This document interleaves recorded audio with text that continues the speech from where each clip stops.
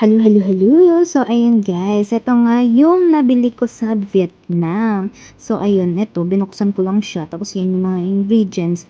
And of course, ito yung kanyang packaging. Niluluto ko siya ngayon kasi stress. So, kailangan kong kumain for today's video. At ito lang yung nakita ko meron pa.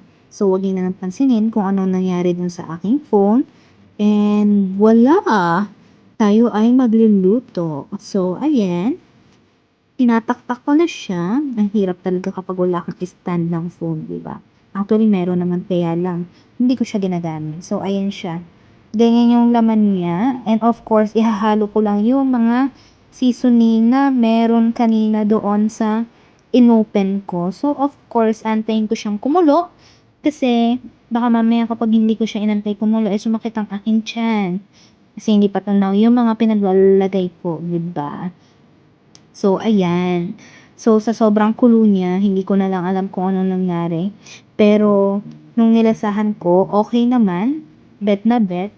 Pwedeng-pwede sa work. O, diba? Ganyan ako mag-work. Sorry na. Pasensya na sa mga background. Yan. Ganyan. Ganyan ako ma-stress.